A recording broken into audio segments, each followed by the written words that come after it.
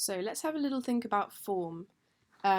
First of all, I'd like you to read the first 3 pages of the musical forms booklet. So pause the video now and go and read those, which is attached to the Show My Homework lesson as a PDF.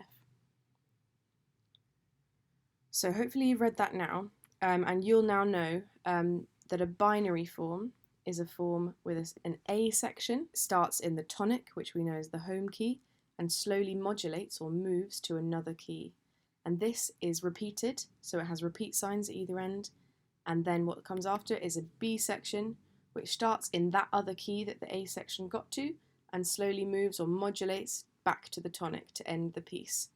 Now, I've underlined the syllable by here, because by means two. For example, bicycle, which has 2 wheels, to remember binary form because it's got 2 parts, A and B. Now we're going to have a look at ternary form. So read the 4th page of your musical forms booklet.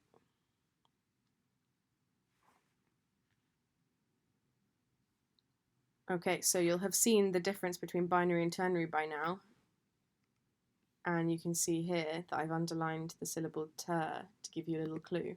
So you've got, once again, you've got the A section, which is in the home key, the tonic. Then the B section is contrasting. It's got a different melody, different keys, different tempo, different rhythms, different textures. And so it's really different from the A section in every single way, basically. So that afterwards, the music has to return to A to feel like it's ending. And it returns to the home key, the tonic. And it might be exactly the same as this first A section, or it might be a little bit different. And so you can see that there are 3 sections, A, B, and then back to A again. And that's why it begins with this syllable, which is a bit like the beginning of the word tricycle or triangle or triad.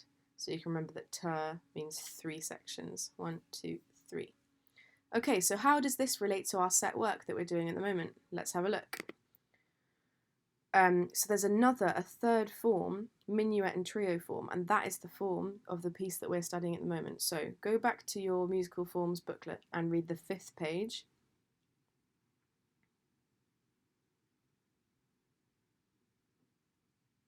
Okay, you'll now have found out about minuet and trio form, so I'll just tell you a little bit more about it. So originally this form was a dance which was in 3 time with a really, really nice medium speed tempo. 1, 2, 3, 1, 2, 3, 1, 2, 3, 1, 2. And people would dance, and the steps of the French dance fit in time to the 3 time of the music. And this happened in parties back in the 17th and 18th centuries. The kind of dancing that you do in clubs now did not exist then, and it was more organised dances, and they had names, and minuet was one type of dance. But later on, it started being used in a more musical sense, not with dancing, but as a 3rd movement of string quartets. And hey, what's happening in our set work?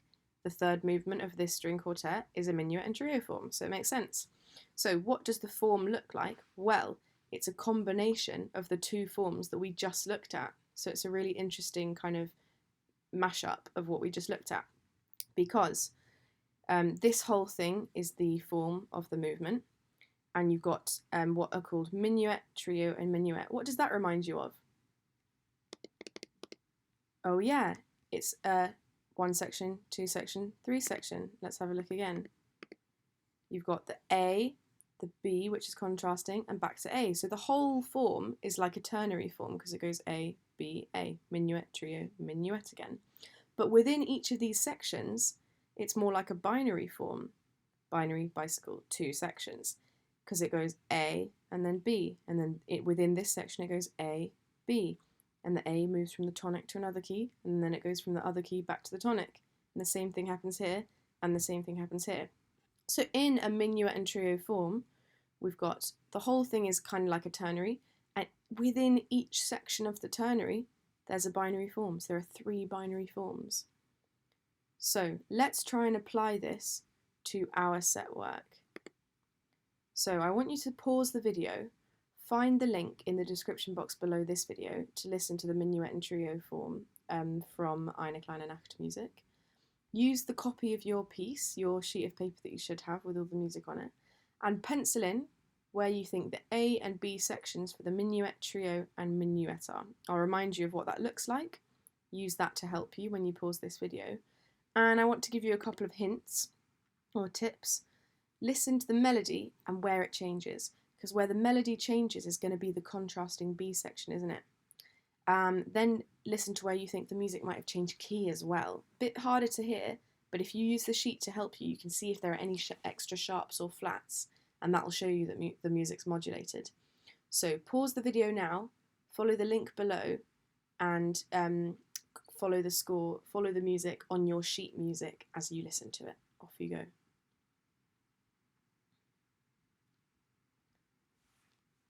Okay, so hopefully you've had a think about the structure now in your piece of music. Let's go through the answers. So get your coloured pens so that you can really annotate, which means make notes on your score so that you've got these for your notes, because this is a piece that you're going to need to answer questions on in your GCSE. So make as many notes as you think will be helpful.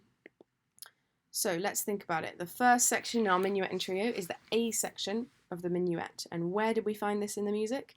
Hopefully the repeat signs helped you, which is the signs that look like this at either end. This is the A section. Let's hear, what does it sound? And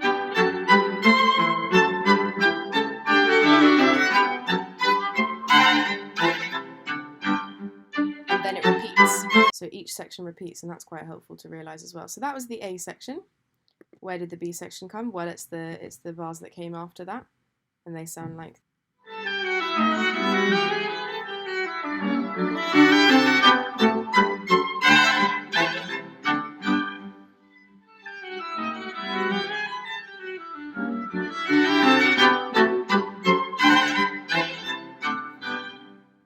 So now that I've got these two sections of my minuet, which I've worked out, I'd like to go and label them in my score. So let's take your pens and pencils and label your score so you can copy what I'm doing here. So here's the first 1, 2, 3, 4, 5, 6, 7, 8 bars of my minuet. So I'm going to create a note and label that so that I know in future that this is the minuet section. And what part of the minuet is this? Well, it's the A section. So I can put A as well. That's the A section. Where's the B section come? Oh yeah, it was here. So now I'm going to label that as the B section. So that was our minuet. And we're going to look at in the lessons to come how it's contrasting and things like that. But for now, you just need to see there are repeat signs at the end, and the melody changes, and there's some accidentals, so you can see that it's changed key there. So where's the trio? It's the next phrase divided by repeat marks. Let's listen to how it sounds.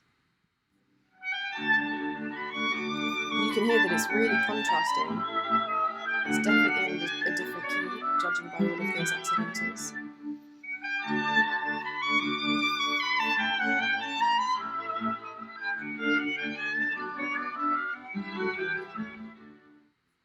And where's the B section of this? Well, it's going to be the next phrase, isn't it? Which looks like that. Oh, it's quite a lot longer, isn't it? Let's listen to how it sounds.